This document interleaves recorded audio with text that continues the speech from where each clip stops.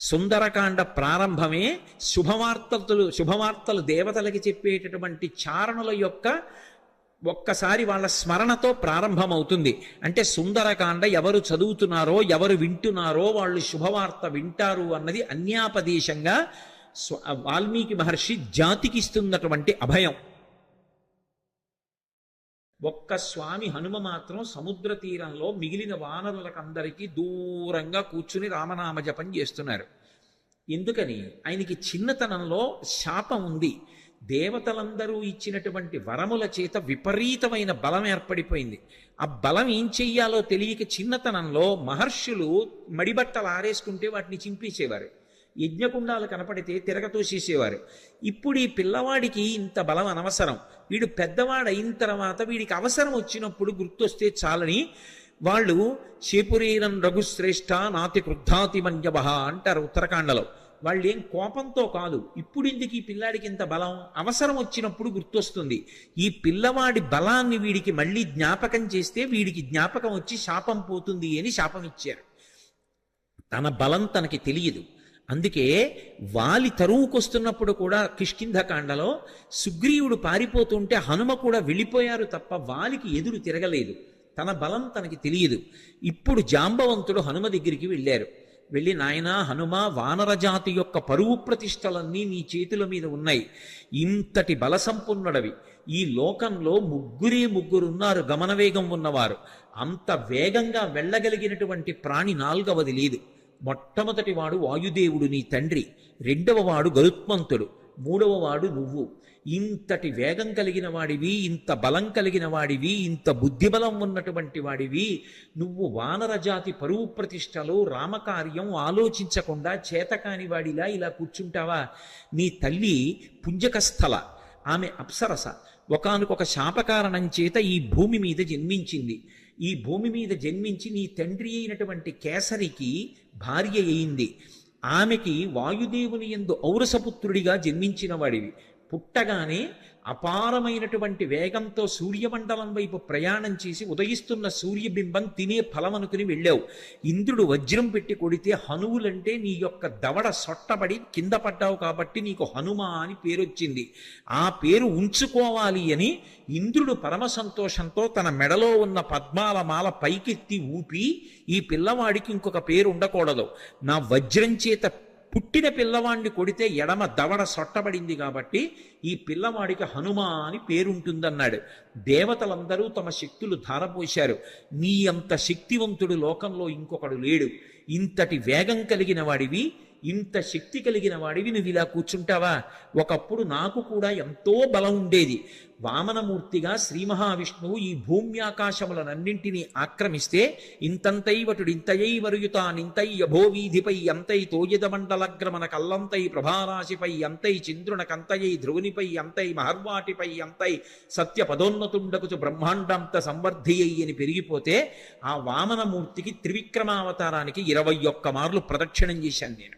కానీ ఇప్పుడు వృద్ధుణ్ణైపోయాను, బడలిపోయాను, 100 యోజనములు దాటలేను. కాబట్టి పిల్లవాడివి, శక్తివంతుడవు, నువ్వు శక్తి పుంజుకొని బయలుదేరాలని జాంబవంతుడు హనుమతో మాట్లాడి ఒక మాట అన్నాడు. హనుమాన్ హరిరాజస్య సుగ్రీవస్య సమోహ్యపి రామలక్ష్మణయోశ్చాపి తేజసాచ బలీనచ. జాంబవంతుడు రామాయణంలో ఏదైనా చెప్పాడు అంటే దానికి ఒక ప్రమాణం ఉంటుంది. ఎందుకంటే సృష్టికర్త అయిన బ్రహ్మగారు ఆవలిస్తే బ్రహ్మగారి అంశతో బయటికి వచ్చినటువంటి వాడు. ఆయన అంటున్నాడు, హనుమాన్ హరిరాజస్య, ఓ హనుమ, నువ్వు వానరులకంతటికీ కూడా రాజుతో సమానమైన వాడివి.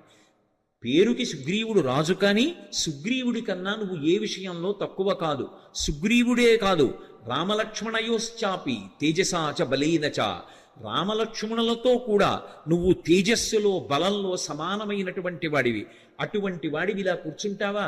ఉత్తిష్ట హర్షాత్తూల హరిషాత్తూల లంఘవస్య మహార్ణవం పరాహి సర్వభూతానాం హనుమన్యా గతిస్తవ.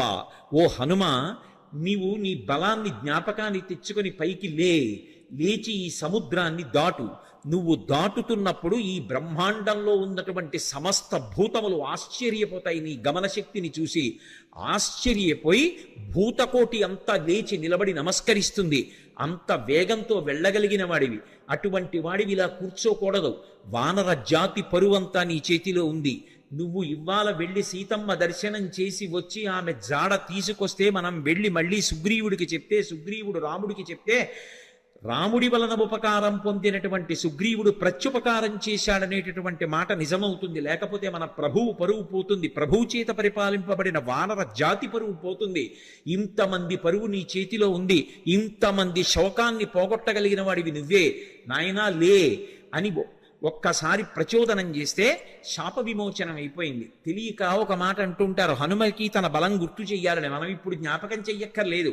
ఎప్పుడో కిష్కింధకాండ చివరిలో సుగ్రీవుడు చేసినటువంటి స్తోత్రం చేత హనుమ యొక్క ఆ శాపమంతా విమోచనం అయిపోయింది. వెంటనే ఆయన తన బలాన్ని తాను జ్ఞాపకానికి తెచ్చుకొని మహేంద్రగిరి మీదకి ఎక్కుతూ అక్కడ నిలబడి ఒక మాట చెప్పారు, నా బలం నాకు జ్ఞాపకానికి వచ్చింది. నాతో సమానంగా వెళ్ళగలిగినటువంటి వాళ్ళు ఇద్దరే. ఒకటి నా తండ్రి వాయుదేవుడు, రెండు గరుత్మంతుడు. నేను ఎంత వేగంగా వెడతానంటే సూర్యుడు ఉదయాద్రి మీద ఉదయించి ప్రయాణం ప్రారంభం చేసినప్పుడు సూర్యుడితో పాటుగా ప్రయాణం ప్రారంభం చేసి సూర్యుడు మధ్యాహ్నానికి ఆకాశం మధ్యలోకి వచ్చేటప్పటికి నేను పశ్చిమాద్రికి వెళ్ళి పశ్చిమాద్రిని ముట్టుకుని మళ్ళీ తిరిగి వచ్చి మధ్యాహ్నం సూర్యబింబాన్ని కలవగలను. అంత వేగంతో వెళ్ళగలను. సముద్రం మీద నేను వెడుతున్నప్పుడు నా వేగాన్ని తట్టుకోలేక నా తొడల యొక్క వేగానికి సముద్రాన్నంతటినీ చాప చుట్టినట్టు చుట్టి నీటిని పైకెత్తి తీసుకుపోగలను. ఆకాశంలో ఉండేటటువంటి మేఘములనన్నిటినీ కూడా నా భుజముల చేత కట్టకట్టి ఈడ్చేయగలను. ఈవలి ఒడ్డున నిలబడి ఆవలి ఒడ్డుని నా చేతితో స్పృశించగలను. పర్వతములను పైకెత్తి ఆడి వాటిని చూర్ణములను చేయగలను. ఈ భూమినంతటినీ చుట్టతాను. సముద్రాలన్నింటినీ కూడా కలచివేసి అవి తమ చెలియల కట్టలు దాటి ప్రవహించేలా చెయ్యగలను. అంతటి శక్తివంతుడనన్న విషయం నాకు అర్థమైంది. ఇప్పుడు నేను లంకాపట్టణానికి బయలుదేరుతున్నాను, మీరు నిశ్చింతగా ఉండండి మహేంద్రగిరి మీద నిలబడి సవేగవాన్ వేగ సమాహితాత్మ హరిప్రవీర పరవీరహంత మనస్సమాధాయ మహానుభావో జగామలంకాం మనసా మనస్వీ అని పూర్తి చేశారు మహర్షి కిష్కింధకాండ. ఆ హనుమ ఇంకా లంకాపట్టణానికి తన శరీరంతో వెళ్ళాలి. కానీ ఆయన అత్యంత ఉత్సాహంతో తన మనసుతో ఏనాడో చేరిపోయారు లంకాపట్టణానికి. శోకం అన్నది ఎక్కడుంటుందంటే మనసులో ఉంటుంది. ఆ శోకం పోవడానికి మార్గం ప్రయత్నం ఎక్కడుంటాయంటే మనసులోనే ఉంటాయి. ఆ మనసు పరిపుష్టం కావాలంటే, మళ్ళీ అటువంటి తేజస్సుని పుంజుకోవాలంటే, ఎంత కష్టాన్నైనా దాటగలగాలంటే హనుమ యొక్క అనుగ్రహంతో, సీతారాముల అనుగ్రహంతో మనసు ప్రచోదనం పొందాలంటే సుందరకాండ చదవండి అని చెప్తారు. ఇంతమంది వానరులు ఉత్తర తీరంలో నిలబడిపోతే ఒక్క హనుమ మాత్రం ఎంత ఉత్సాహంగా వెడుతున్నారంటే శత్రుపురానికి మనసుతో ఆయన చేరిపోయారు. ఇక శరీరంతో వెళ్ళాలంతే. అంత అద్భుతమైనటువంటి రీతిలో ప్రయాణం చేయడానికి ఆ మహేంద్రగిరి మీద నిలబడినటువంటి స్వామి హనుమ యొక్క స్థితిని ఆవిష్కరిస్తూ సుందరకాండ ప్రారంభం అవుతుంది. ప్రారంభం చేస్తూ మొదటి శ్లోకంలో మహర్షి అంటారు, తతో రావణనీతాయా సీతాయా శత్రుకర్షణ ఈష పథమన్వేష్టం చారణాచరితే పథి. చారణలు ప్రయాణం చేసేటటువంటి మార్గం ఏదుందో ఆ మార్గంలో ప్రయాణం చేసి రావణుడి చేత అపహరింపబడినటువంటి సీతమ్మ జాడ కనిపెట్టడానికి స్వామి హనుమ శత్రుకర్షణుడై సంకల్పమును చేసి ఉన్నారు. ఎవ్వరూ చెయ్యలేనటువంటి సంకల్పం. అవతల దుర్నిరీక్షుడైనటువంటి రాక్షసుడు, అపారమైనటువంటి తపస్సు చేసినవాడు, కాంచనలంకకి అధిపతి, 100 యోజనముల సముద్రాన్ని దాటి వెళ్ళాలి. ఆవలి ఒడ్డున దిగిలి దగ్గర నుంచి విచ్చుకత్తులు పట్టుకుని రాక్షసులు నిలబడతారు. ఎవడి తేజస్సు చూసినంత మాత్రం చేత యమధర్మరాజు గారు కూడా కాకిలో దూరి పారిపోయాడో అంతటి మహాతేజస్ సంపన్నుడు. తన జీవితం మొత్తం మీద రామచంద్రమూర్తి చేతిలో చనిపోకముందు అతను ఓడిపోయింది ఇద్దరి చేతిలోనే. ఒకటి వాలి చేతిలో ఓడిపోయాడు, 2 కార్తవీర్యార్జునుడి చేతిలో ఓడిపోయాడు. దిక్పాలకుర్ని కూడా ఓడించాడు, దేవతల్ని ఓడించాడు, ఇంద్రుణ్ణి ఓడించాడు. అంతటి శక్తివంతుడు, దుర్నిరీక్షుడు, అసలు చూడ్డం కూడా సాధ్యం కాదు. అంతటి తేజస్సుతో వెలిగిపోతుంటాడు. కొన్ని కోట్ల మంది రాక్షసులు నిరంతరం పరివేష్టించి ఉండి లంకాపట్టణాన్ని కాపలా కాస్తూ ఉంటారు. అటువంటి లంకాపట్టణంలో అతను ప్రాణ సమానంగా భావించి దాచినటువంటి సీతమ్మ యొక్క జాడ కనిపెట్టాలనేటటువంటి సంకల్పం చేసుకుని బయలుదేరుతున్నారంటే అటువంటి సంకల్పం చెయ్యగలిగినటువంటి వాడు వేరొకడెక్కడుంటాడు. అందుకని ఈయేష ఎంత గొప్ప సంకల్పం చేశారు. అందుకని ఈయేష పథమన్వేష్టం చారణా చరితేపథి. చారణా చరితేపథి అంటే చారణులు అంటే దేవగాయకులు. రామాయణంలోనే అనేక చోట్ల వాళ్ళ ప్రస్తావన వస్తుంది. శంకర భగవత్పాదులు చేసినటువంటి నవరత్నమాలికా స్తోత్రంలో కూడా చారణుల గురించినటువంటి ప్రస్తావన ఉంటుంది. చారణులు ఎప్పుడు శుభవార్తలు చెప్తూ ఉంటారు. సుందరకాండ ప్రారంభమే శుభవార్తలు దేవతలకి చెప్పేటటువంటి చారణుల యొక్క ఒక్కసారి వాళ్ళ స్మరణతో ప్రారంభమవుతుంది. అంటే సుందరకాండ ఎవరు చదువుతున్నారో ఎవరు వింటున్నారో వాళ్ళు శుభవార్త వింటారు అన్నది అన్యాపదేశంగా వాల్మీకి మహర్షి జాతికి ఇస్తున్నటువంటి అభయం. ఆ చారణులు దేవగాయకులు. వాళ్ళు భూమికి దగ్గరగా తిరుగుతూ ఉంటారు. వారు భూమి మీద దిగరు, ఆకాశ మార్గంలో వెడుతూ ఉంటారు. అంటే స్వామి హనుమ సముద్రం మీద కాకుండా సముద్రానికి తగలకుండా ఆకాశ మార్గంలో వెళ్ళడానికి నిర్ణయించుకున్నారు అన్నది భావన. ఇందుచేత అంతటి శక్తివంతుడు, అంతటి గమనవేగం కలిగిన వాడు, గరుత్మంతుడితో సమానమైన వాడు కాబట్టి ఆయన వెళ్ళగలరు ఆకాశంలో. కాబట్టి తతో రావణనీతాయా సీతాయా శత్రుకర్షణ ఈయేష పథమన్వేష్టం చారణా చరితేపథి. అదే శ్లోకం సంసారం అనేటటువంటి సముద్రాన్ని తరించడానికి ఎటువంటి ఉపాయములను అనుష్ఠిస్తారో అటువంటి ఉపాయములు హనుమ ద్వారా ఆవిష్కరింపబడిన కాండ కాబట్టి అదే శ్లోకాన్ని వేరొక రకంగా అన్వయం అయినప్పుడు హనుమ వలన మాత్రమే మళ్ళీ అందులో ఇంకొక విషయం ఆవిష్కరింపబడుతుంది. ఆయన చారణా చరితేపథి, చారణులు వెళ్ళినటువంటి మార్గంలో వెడుతున్నారు.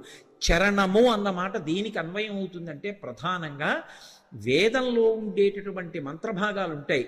వేదంలో ఉండేటటువంటి మంత్రభాగాలకి సంబంధించినటువంటి విభాగాల్ని చరణములు అని పిలుస్తారు. చారణ చరితేపథి అంటే వేదము చేత చెప్పబడినటువంటి సంప్రదాయబద్ధమైనటువంటి మార్గంలో ప్రయాణం చేసి బ్రహ్మ విద్యాస్వరూపిణి అయినటువంటి సీతమ్మ జాడ తెలుసుకోవడానికి ఒక గొప్ప ఉపాసకుడు ఉపాసన ప్రారంభం చేశాడు. అంతర్ముఖత్వాన్ని, లంక అనబడేటటువంటి ఈ శరీరం లోపలికి వెళ్ళి ఇక్కడే ఉన్నటువంటి సీతమ్మ యొక్క దర్శనానికి వెడుతున్నాడు. అలా వెడుతున్నవాడు మహాసాధకుడు, మహాపురుషుడు. ఆయన తప్ప మిగిలిన వాళ్ళు ఈ కంటితో ఎదురుగుండా ఉన్న వాటిని చూసి ఆనందపడుతుంటే, భోగం అనుభవిస్తుంటే ఆయన ఈ కన్నులు మూసి వేదము చేత చెప్పబడినటువంటి మంత్రములను ప్రమాణంగా తీసుకుని చారణా చరితేపథి ఆ వేదము చెప్పిన సంప్రదాయ పద్ధతిలో అంతర్ముఖత్వంతో లోపల ఉన్నటువంటి బ్రహ్మ విద్యాస్వరూపిణి అయినటువంటి జగన్మాత దర్శనానికి బయలుదేరుతున్నారు. ఇది చెప్పడం ఆ శ్లోకానికి ఉన్నటువంటి ఆంతరమైనటువంటి అర్థం. అందులో రావణ అన్న చోట మధ్యలో ఉన్నటువంటి వా గాయత్రీ మహామంత్రంలో ఉన్నటువంటి బీజాక్షరం. అక్కడికి వచ్చేటప్పటికి బీజాక్షరం ప్రతిపాదింపబడింది.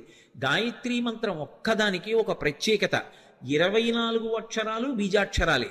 24 అక్షరాలకి ఋషులున్నారు, 24 అక్షరాలకి అధిష్టాన దైవాలు ఉన్నారు. ప్రత్యేకించి ఈ వా అన్న అక్షరాన్ని రోజు గాయత్రీ మహామంత్రంలో అంతర్భాగంగా ఎవరు జపం చేస్తారో వాళ్ళకి అజ్ఞానము తొలగిపోయి జ్ఞానము కలుగుతుంది.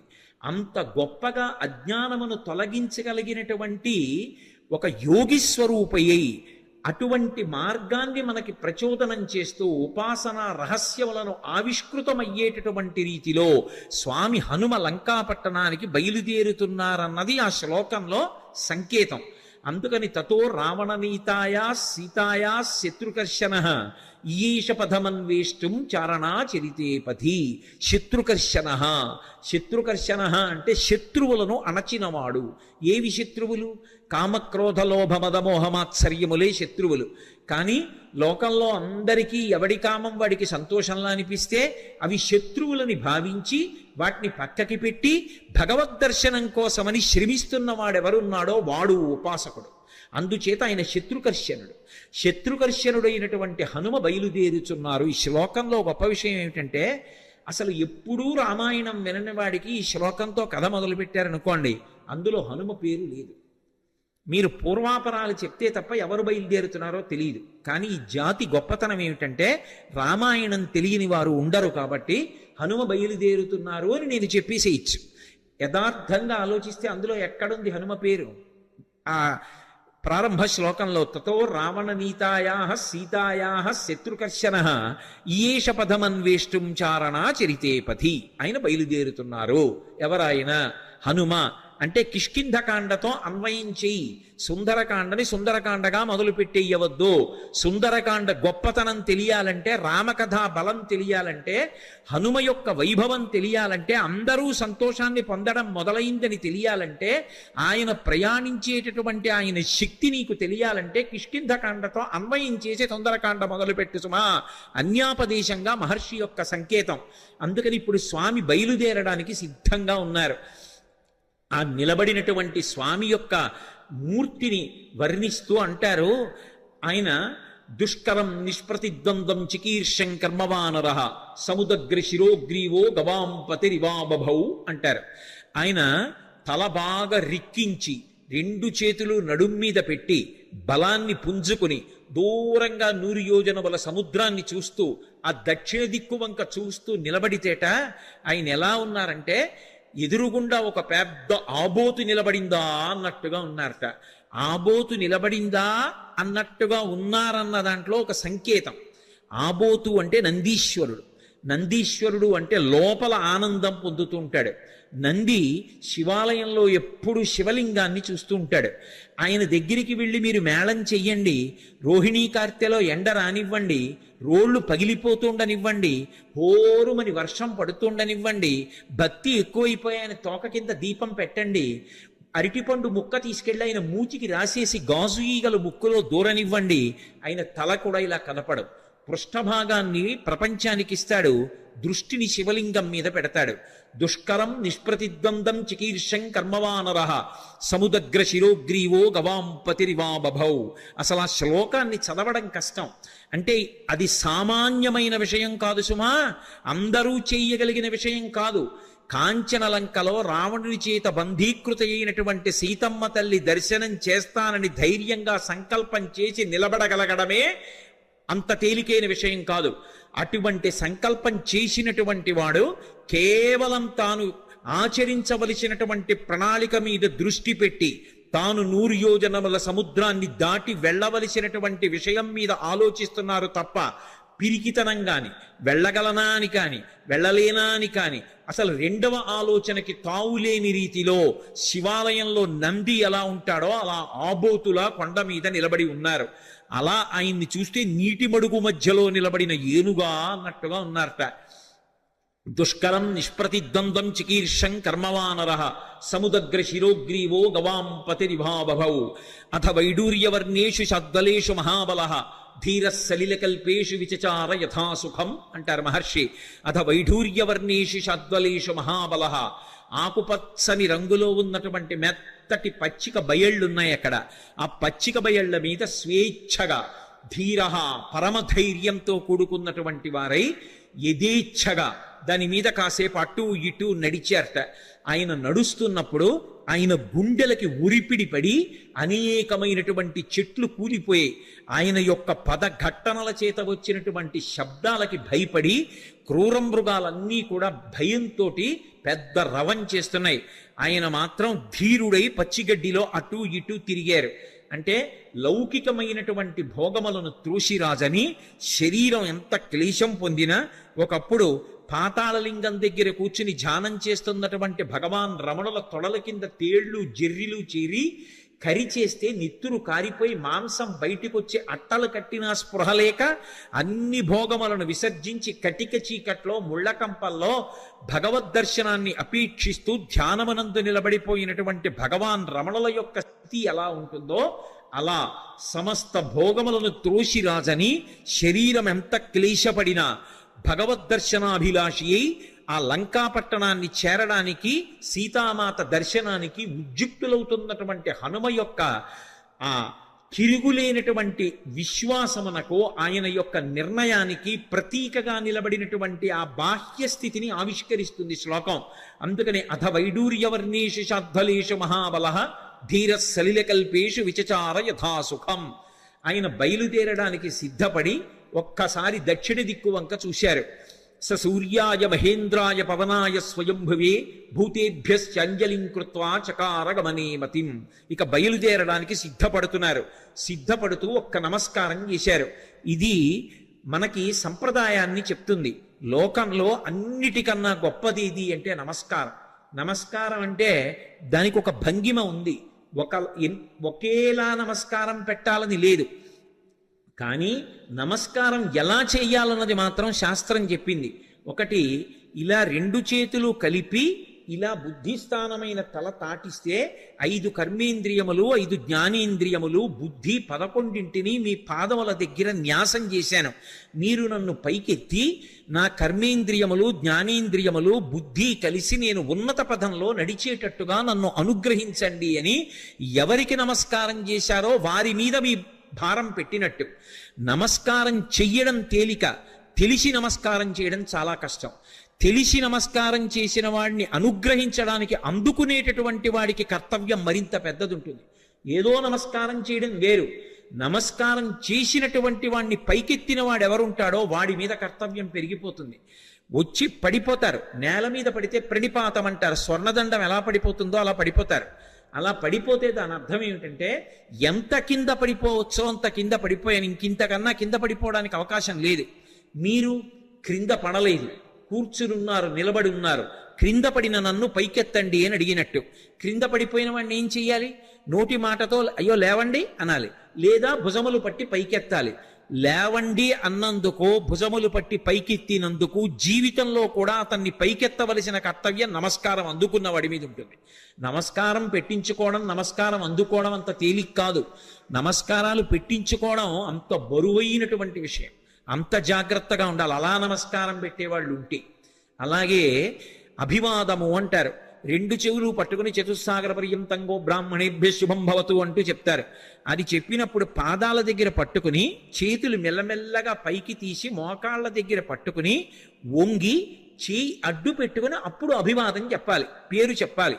పేరు చెప్పారు అంటే అభివాదం చేశారు అంటారు. అలా ఎక్కడ పడితే అక్కడ ఫోన్లోనూ అభివాదాలు చేయకూడదు.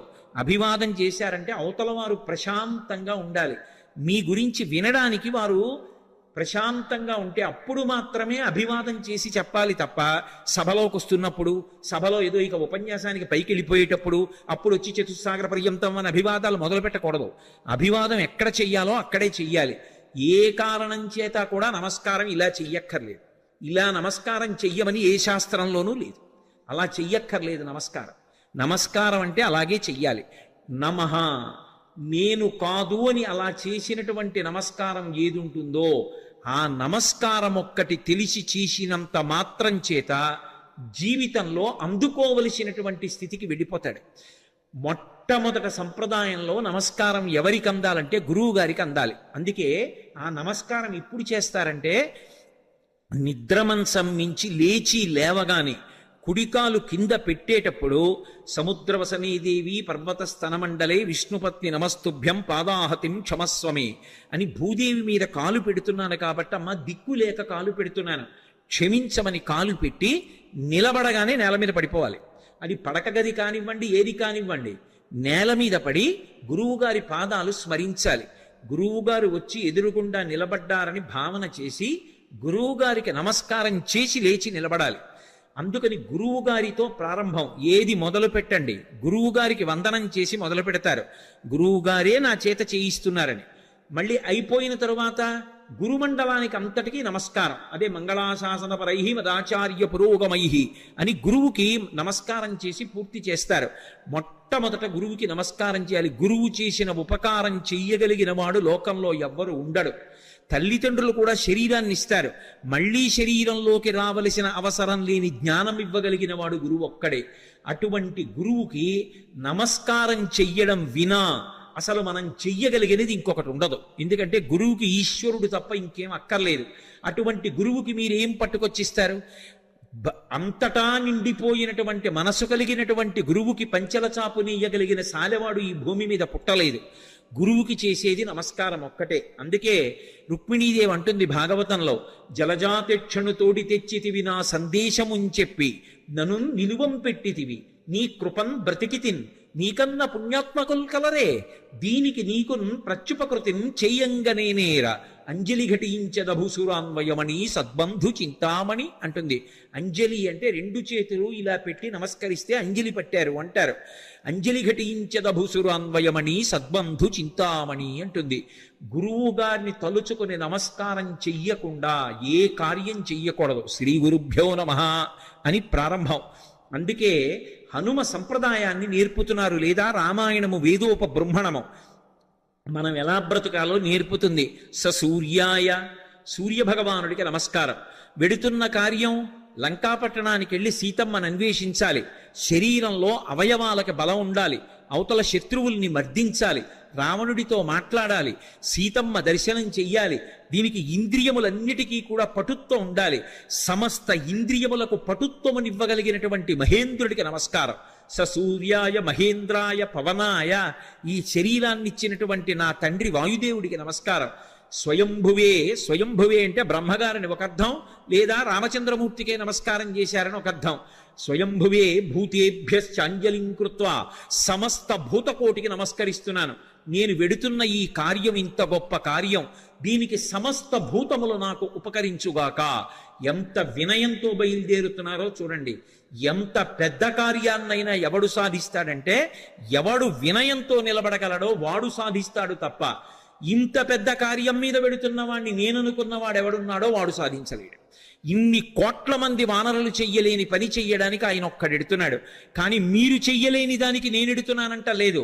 ఇంత పెద్ద కార్యానికి నేను వెడుతున్నాను కాబట్టి మీరందరూ నాకు ఉపకారం చెయ్యాలి. మీరు లేని నేను చెయ్యలేను. భూతేభ్యశ్చంజలిం కృత్వా చకార గమనేమతిం. కానీ వెడుతున్నది దక్షిణ దిక్కుకు వెడుతున్నారు. ఏదైనా శుభకార్యం ప్రారంభం చేస్తూ దక్షిణ దిక్కుకి తిరిగి నమస్కారం చెయ్యకూడదు. ఒక్క సంధ్యావందనంలో మాత్రం దిగ్దేవతా నమస్కారం చేస్తాం. చేసినప్పుడు 4 దిక్కులకి పైకి కిందకి కూడా నమస్కారం చేస్తాం.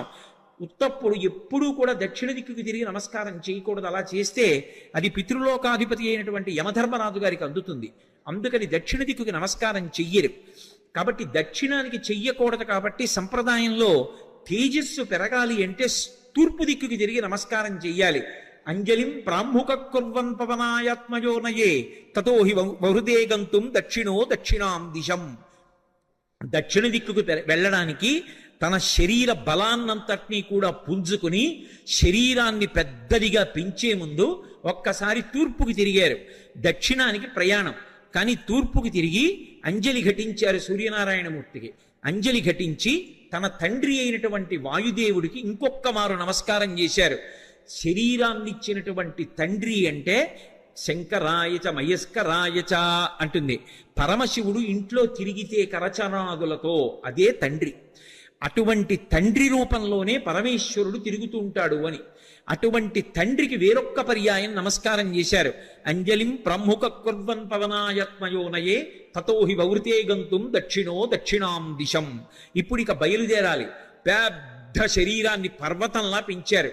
పెంచి ఇక బయలుదేరడానికి సిద్ధపడుతూ సచచాలాచలశ్చాపి ముహూర్తం కపిపీడితః తరూణాం పుష్పితాగ్రాణాం సర్వం పుష్పమశాచయత్ గిరిణా పీడ్యమానేనా పీడ్యమానాని సర్వశః గుహావిష్టాని భూతాని వినేదుర్వికృతైశ్వరైః తాస్తథా సవిషైర్దష్టా కుపితైస్తైర్మహాశిలాః జజ్జ్వల పావకో దీప్తా బిబిదుశ్చ సహస్రధా యాని ఔషధజాలాని తస్మిన్ జాతాని పర్వతే విషఘ్నాన్యపి నాగానాం నశేకుష్యమితుం విషం అన్నారు మహర్షి. ఎంత అద్భుతంగా వర్ణించారో. పర్వతాకారుడై నిలబడి ఆ మహేంద్ర పర్వతాన్ని తన 2 పాదముల చేత గట్టిగా పీడించారు. ఆ తొక్కి పట్టేటప్పటికి గుహలన్నీ కూడా మూసుకుపోయాయి. ఆ మూసుకుపోయే ముందు ఆ పర్వతం కదిలింది. కదిలి చెట్లకున్నటువంటి పువ్వులన్నీ రాలిపోయాయి. ఆ రాలిపోయినటువంటి పువ్వులన్నీ ఆయన ఒంటి మీద మహేంద్రగిరి మీద పడ్డాయి. ఇది మహేంద్రగిరి పుష్పాల కొండ అనిపించింది. ఆయన ఒళ్ళంతా పువ్వులు. ఇంకొంచెం నొక్కారు. గుహావిష్టాని భూతాని వినేదుర్వికృతైశ్వరై. అందులో పెద్ద పులులు, సింహాలు, రకరకాలైన క్రూర జంతువులు ఉన్నాయి. ఆ గుహల్లో పడుకున్నాయి. ఎప్పుడైతే గుహ నొక్కుకుపోతోందో అవి బయటికి పారిపోదామని లేచి బయటికి వస్తున్నాయి. నడుందాకా బయటికి వచ్చేటప్పటికి గుహ నొక్కుకుపోయింది. సగం శరీరం లోపలుండిపోయింది, సగం శరీరం బయట ఉండిపోయింది.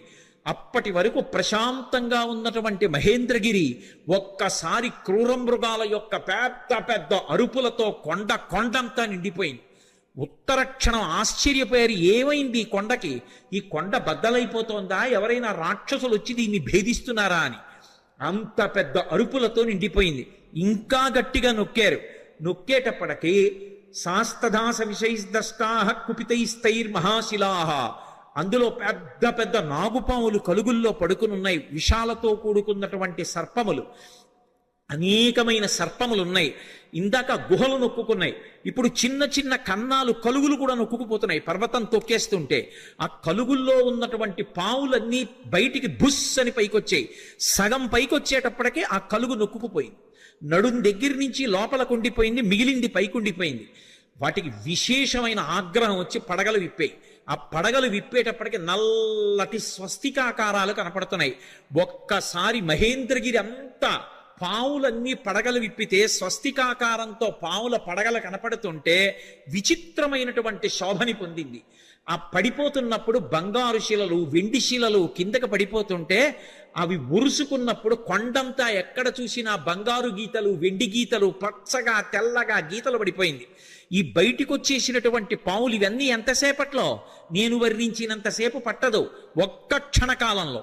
బయటికి వచ్చినటువంటి పాములు తమ పడగలు విప్పి ఆ బాధ తట్టుకోలేక పక్కన ఉన్నటువంటి శిలల్ని కాటువేశాయి. వాటి విషం వచ్చి శిలలకి తగిలేటప్పటికీ ఆ శిలల్లోంచి అగ్నిహోత్రం పుట్టి ఒక్క క్షణంలో మహేంద్రగిరి అంతా కూడా అగ్నిహోత్రంలో తగలబడిపోతోంది. అక్కడ అనేకమైనటువంటి ఓషధులు ఉన్నాయి.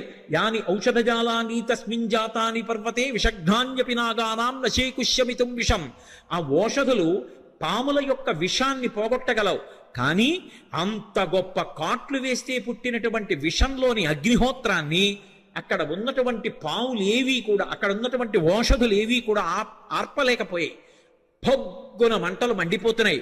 ఒక పక్క గుహల్లో సగం శరీరాలు ఉండిపోయాయి. ఈ పావులు, క్రూర జంతువులు ఈ వేడి ఎక్కడ లేని అరుపులు అరుస్తున్నాయి. అలా అరుస్తున్నటువంటి సమయంలో అక్కడ విద్యాధరులు, గంధర్వులు మొదలైనటువంటి వాళ్ళు బంగారు పాత్రలు తెచ్చుకుని అందులో మద్యం పోసుకుని మంచి మంచి మాంసాలు తెచ్చుకుని తింటూ, ఎద్దుల యొక్క తోళ్లు భూమి మీద పరుచుకుని తమ కాంతలతో కలిసి కూర్చొని మాంసం తింటూ మద్యం సేవిస్తున్నారు. అకస్మాత్తుగా కొండ కదిలిపోయింది. దర్శయంతో మహావిద్యాం విద్యాధర మహర్షయ సహితాస్తస్తురాకాశే వీక్షాంచకృష్య పర్వతం. దర్శయంతో మహావిద్యాం అంటారు మహర్షి. విద్యాధరులు, గంధర్వులు తమ యొక్క మహావిద్యని ప్రదర్శించారు.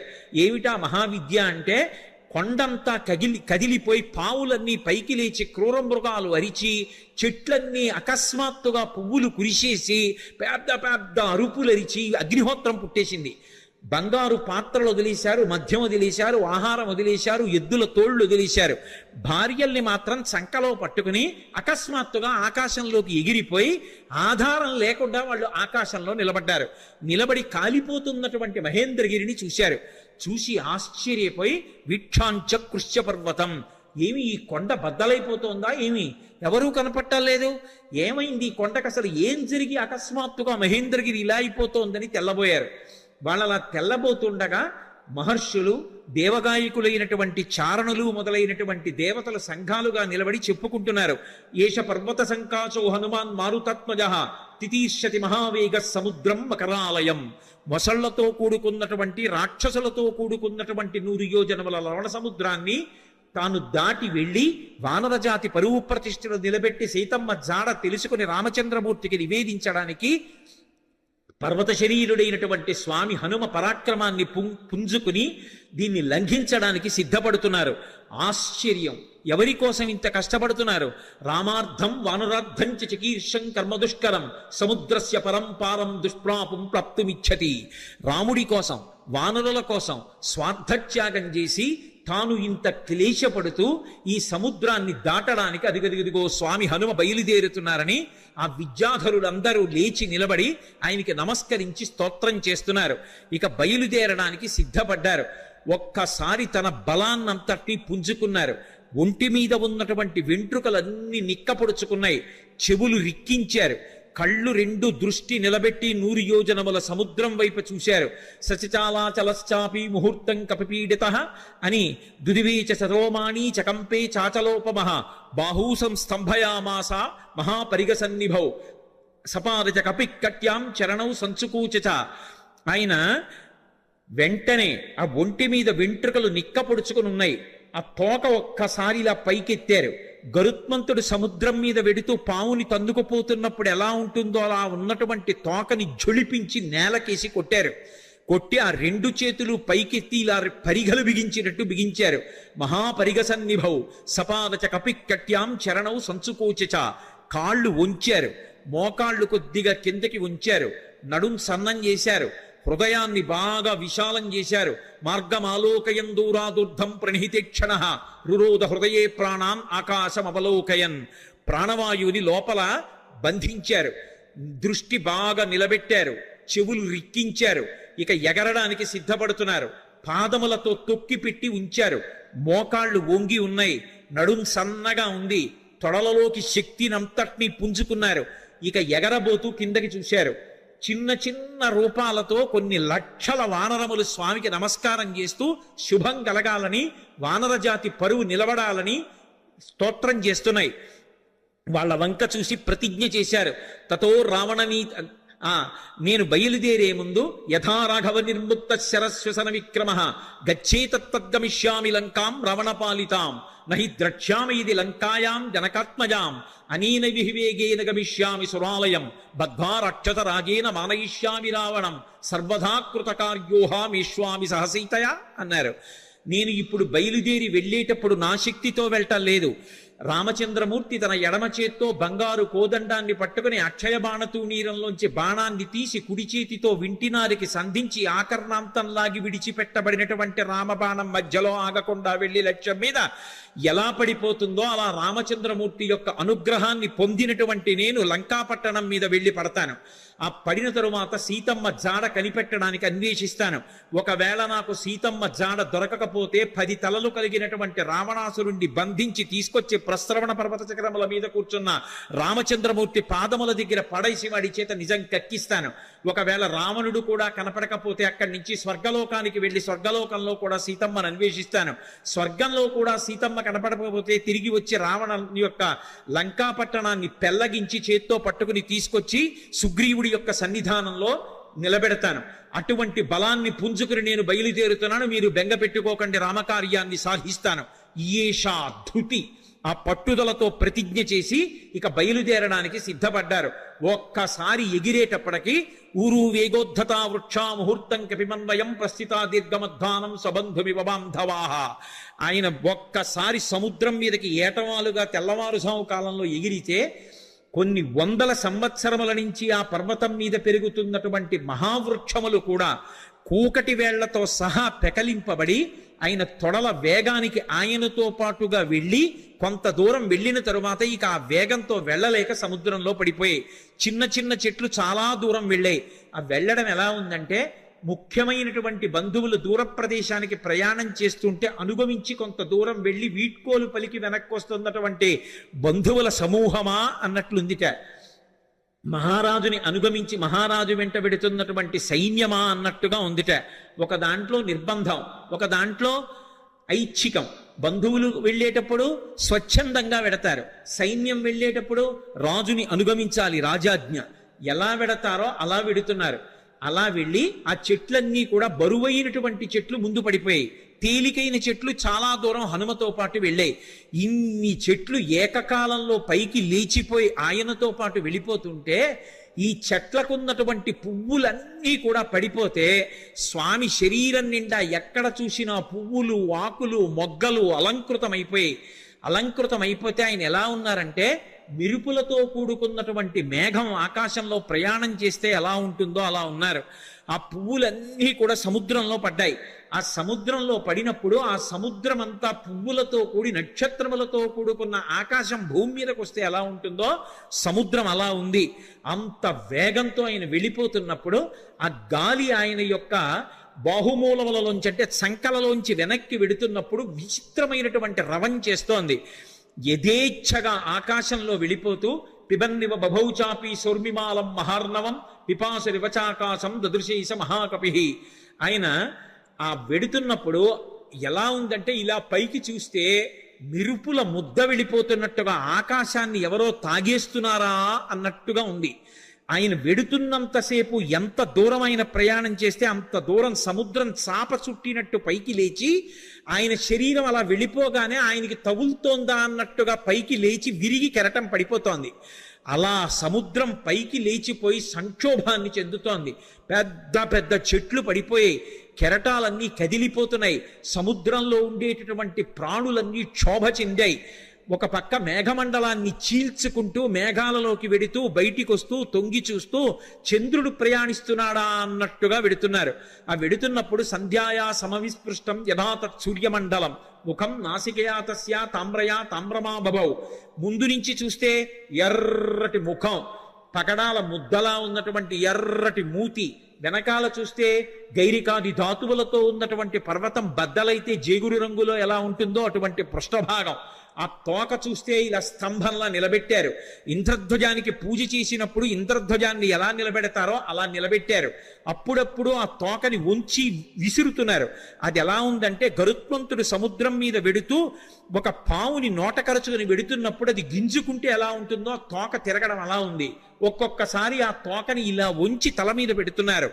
ఆకాశంలో ఒక పెద్ద ఇంద్రధనస్సు ఏర్పడిందా అన్నట్టుగా ఉంది. ఆయన అలా వెడుతుంటే దూరం నుంచి ముందు నుంచి చూస్తే ఎలా ఉన్నారంటే పిబన్నివ భభౌచాపి సౌర్మిమాలం మహార్ణవం పిపాసురివచాకాశం దదృశేస మహాకపి. ఆ దూరం నుంచి పర్వతస్థా వివానలౌ, ఆ రెండు కళ్ళు కూడా ఎక్కడో పర్వతంలో చీకటిగా ఉన్న చోట రెండు నెగళ్ళు వేస్తే ఆ రెండు నెగళ్ళు రెండు అగ్నిహోత్రాలు రగులుతుంటే ఇక్కడి నుంచి చూస్తే ఎలా ఉంటాయో పచ్చగా ఉన్నటువంటి ఆయన కళ్ళు అలా ఉన్నాయి. అలా వెళ్ళిపోతున్నారు. ఆ వెళ్ళిపోతున్నప్పుడు అకస్మాత్తుగా సముద్ర జలాలన్నీ కూడా ఇలా చాప చుట్టినట్టు పైకి లేచి పడిపోతుంటే ఆ సముద్రంలో ఉన్నటువంటి ప్రాణులన్నీ ఒక్కసారి కనపడ్డాయి. తిమివక్రజుషాహ కూర్మాహ దృశ్యంతే వివృతాస్తథా వస్త్రాపకర్షకేణేవ శరీరాణి శరీరిణాం అంటారు మహర్షి. ఒక వ్యక్తి బట్ట కట్టుకుని పడుకుని నిద్రపోతుంటే పెద్ద గాలి అతని మీదకొస్తే బట్ట పైకి లేచిపోతే శరీరావయవములన్నీ ఎలా కనపడతాయో అలా ఎప్పుడూ సముద్రం అడుగున ఉండేటటువంటి ప్రాణులు ఎవ్వరికీ ఎప్పుడూ కనపడనివి హనుమ చేస్తున్నటువంటి గమన శక్తికి చాప చుట్టినట్టు పైకి ఇలా లేచిపోతే తరంగం కింద లోపల ఉన్నటువంటి పెద్ద పెద్ద చేపలు, చిన్న చిన్న చేపలు, ఎండ్రకాయలు, తాబేళ్లు, మొసళ్ళు అన్నీ ఒక్కసారి వెలుతురులో కనపడుతున్నాయి అనుకునేటప్పటికీ పెద్ద చప్పుడుతో ఈ కెరటం వెళ్ళి మళ్ళీ పడిపోతోంది. ఆ కెరటం మళ్ళీ పడిపోతుంటే సముద్రం అంతా కలయి తిరిగిపోతోంది. అలా కలయి తిరిగిపోతుండగా నిర్భయంగా క్రీడిస్తున్నవాడు ఎలా ఉంటాడో అలా ఆకాశ మార్గంలో గమనం చేసి వెళ్ళిపోతున్నారు. అద్భుతమైన ప్రయాణం. నిజంగా శాబ్దిక ప్రత్యక్ష ప్రసారం చేశారు వాల్మీకి మహర్షి. సుందరకాండ ప్రథమ సర్గ చదువుతుంటే మన కళ్ళ ముందు కనపడుతుంది ఆయన వెడుతున్నటువంటి తీరు. ఆ మబ్బుల్లోంచి ఏదో ఒక బంగారు ముద్ద వెళ్ళిపోతుందా అన్నట్టుగా, చంద్రబింబం మబ్బుల్లోంచి ప్రయాణం చేస్తోందా అన్నట్టుగా వెళ్ళిపోతున్నారు. వెళ్ళిపోతుండగా సముద్రుడు చూశాడు. చూసి వెంటనే మైనాకుణ్ణి పిలిచి అన్నాడు. మైనాకుడు బంగారు శిఖరములతో ఉంటాడు. ఆయన యొక్క గర్భంలోనే ఉన్నాడు, సముద్ర గర్భంలో. ఆయనతో అన్నాడు, అహమిక్ష్వాకునాథేన సగరేణ వివర్ధత ఇక్ష్వాకు సచివశ్చాయం నావసీదితుమర్హతి.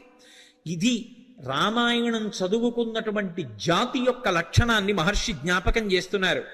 నేను సముద్రుణ్ణి. ఈ భూమి మీద సముద్రాలు ఎలా ఏర్పడ్డాయో తెలుసా? ఇక్ష్వాకు వంశంలో పుట్టినటువంటి సగర చక్రవర్తి యొక్క కుమారులు 60,000 మంది సగరులు ఈ భూమిని గోతులు తవ్వితే గోతులలోకి వచ్చి నిలబడినటువంటి జలములకు సాగరములని పేరొచ్చింది. మేము ఏర్పడ్డాము అంటే దానికి కారణం అదిగో ఇక్ష్వాకు వంశంలో పుట్టిన సగర చక్రవర్తి. ఇవాళ ఆ ఇక్ష్వాకు వంశంలో పుట్టినటువంటి రామచంద్రమూర్తి యొక్క భార్య జాడ తెలియక ఆపద పొందితే రాముడికి సహాయం చెయ్యాలి అని ఆయన యొక్క సచివుడైనటువంటి స్వామి హనుమ నిరాధారమైనటువంటి ఆకాశ మార్గంలో ప్రయాణం చేసి వెడుతున్నారు. మేము ఏర్పడడానికి కారణం ఇక్ష్వాకు వంశంలో పుట్టిన సగరుడు అయితే, ఆ ఇక్ష్వాకు వంశంలో పుట్టిన రాముడికి కష్టం వచ్చినప్పుడు కష్టం తీర్చడానికి వెడుతున్న హనుమకి ఉపకారం చెయ్యాలి కదా. నువ్వు నాలో ఉన్నావు కదా, నా నీళ్లు తాగడానికి పనికిరావు, ఉప్పు నీరు, కానీ నీ ఎందు పర్వతములు ఉన్నాయి, ఆ పర్వతాల్లో చెట్లున్నాయి, చెట్లల్లో అనేకమైన తేనెపెట్లున్నాయి, కందమూలాలున్నాయి. ఒక వానరానికి అంతకన్నా ప్రీతికరమైనది ఏది ఉంటుంది? నువ్వు పైకి లేస్తే ఒక్కసారి ఆయన విశ్రమిస్తారు, విశ్రమించి కాస్త తేనె తాగుతారు, కాసిని కందమూలాలు తింటారు, తర్వాత ప్రయాణం చేస్తారు.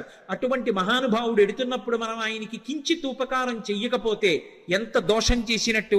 పాతాళ శాప్రమేయస్య ద్వారమావృత్య తిష్టసి తిర్యగోత్వమలశ్చైవ శక్తిస్తే శైలవర్ధితం.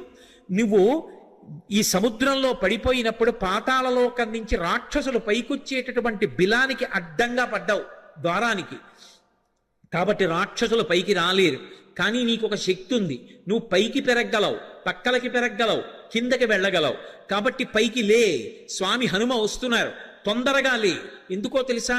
కర్తవ్యమకృతం కార్యం సతాం మన్యుముదీరయేత్. ఆర్షవాక్కు అద్భుతమైన విషయాన్ని చెప్తున్నారు. మహాత్ములకు కోపం రాదు, కానీ అటువంటి మహాత్ములు కూడా కోపగిస్తారు. ఎప్పుడు కోపగిస్తారో తెలుసా?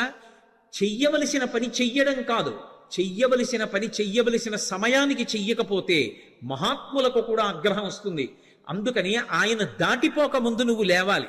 అయ్యో నాకు తెలిసి లేచేటప్పటికి ఆయన వెళ్ళిపోయారు అనకూడదు, ఆయన రాకముందు లేచి నిలబడాలి. మహాత్ములు వచ్చేటప్పటికి సిద్ధంగా ఉండాలి. అందుకని వారు రాకముందు లేచి నిలబడు, అంజలి ఘటించు, స్వాగతం పలుకు, పలికి ఆయనకి విశ్రాంతికి స్థానం కల్పించు అనగానే మైనాక పర్వతం సముద్రాన్ని చీల్చుకుని ఒక్కసారి పైకి లేచింది. వచ్చేస్తున్నారు హనుమ ఆకాశ మార్గంలో. అకస్మాత్తుగా ఆ శిఖరముల మధ్యలో బంగారం ఉంటుంది. బాలసూర్యుని యొక్క కిరణములు పడి తెల్లవారుజాము కాలమేమో మరింత శోభిస్తోంది. ఆకాశం అంతా బంగారు వర్ణం పొందేసింది. అకస్మాత్తుగా సముద్రంలోంచి శిఖరములు లేచాయేమో, సముద్రం రంగంతా కూడా బంగారు రంగు అయిపోయింది. ఆ శిఖరములు పైకి లేచాయి. దర్శయామాస శృంగాణి సాగరేణ నియోజిత శాతకుంభమైర్ శృంగై సకిన్నరమహోరగై అంటారు మహర్షి. ఆ పర్వత శిఖరములు పైకి లేస్తే దాని మీద కిన్నరులు ఉన్నారు, దాని మీద భయంకరమైనటువంటి సర్పములు ఉన్నాయి, చెట్లున్నాయి, తేనెపట్లున్నాయి, కందమూలాలున్నాయి, బంగారంతో మెరిసిపోతున్నాయి ఆ శిఖరాలు. స్వామి హనుమ చూశారు, ఇదేమి ఇప్పటి వరకు లేనిది సముద్రంలోంచి అకస్మాత్తుగా బంగారు శిఖరాలు పైకి లేచాయే అని. మధ్యే లవణతోయస్య విఘ్నోయమితి నిశ్చిత.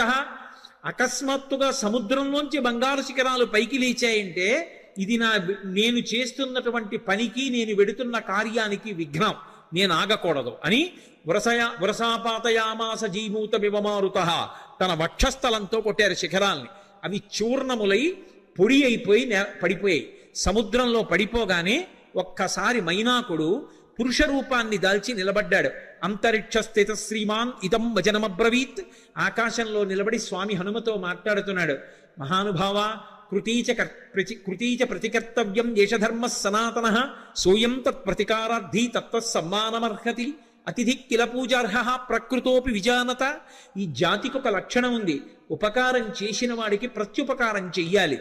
ఒక ఉపకారాన్ని పొంది తిరిగి ప్రత్యుపకారం చెయ్యకుండా ఉపకారాన్ని మరిచిపోయిన వాడెవరుంటాడో వాడు కృతఘ్నుడు. అటువంటి కృతఘ్నుడికి నిష్కృతి లేదు. కిష్కింధకాండలో కూడా స్వామి లక్ష్మణుడు అంటాడు, బ్రహ్మఘ్నైచ సురాపేచ చౌరే భగ్నవ్రతీ తథా నిష్కృతిర్విహితా సిద్ధి కృతఘ్నో నాస్తి నిష్కృతి. బ్రహ్మహత్య చేసిన వాడికి, దొంగతనం చేసిన వాడికి, సురాపానం చేసిన వాడికి, ఒక వ్రతం చేస్తానని నీళ్లు ముట్టుకుని కూడా వ్రతం చెయ్యకుండా వ్రతభంగం చేసిన వాడికి ప్రాయశ్చిత్తం ఉందేమో కానీ చేసిన ఉపకారాన్ని మరిచిపోయి కృతఘ్నుడై బ్రతికేటటువంటి వాడికి మాత్రం నిష్కృతి లేదంటాడు. కాబట్టి కృతీచ ప్రతికర్తవ్యం దేశధర్మ సనాతన.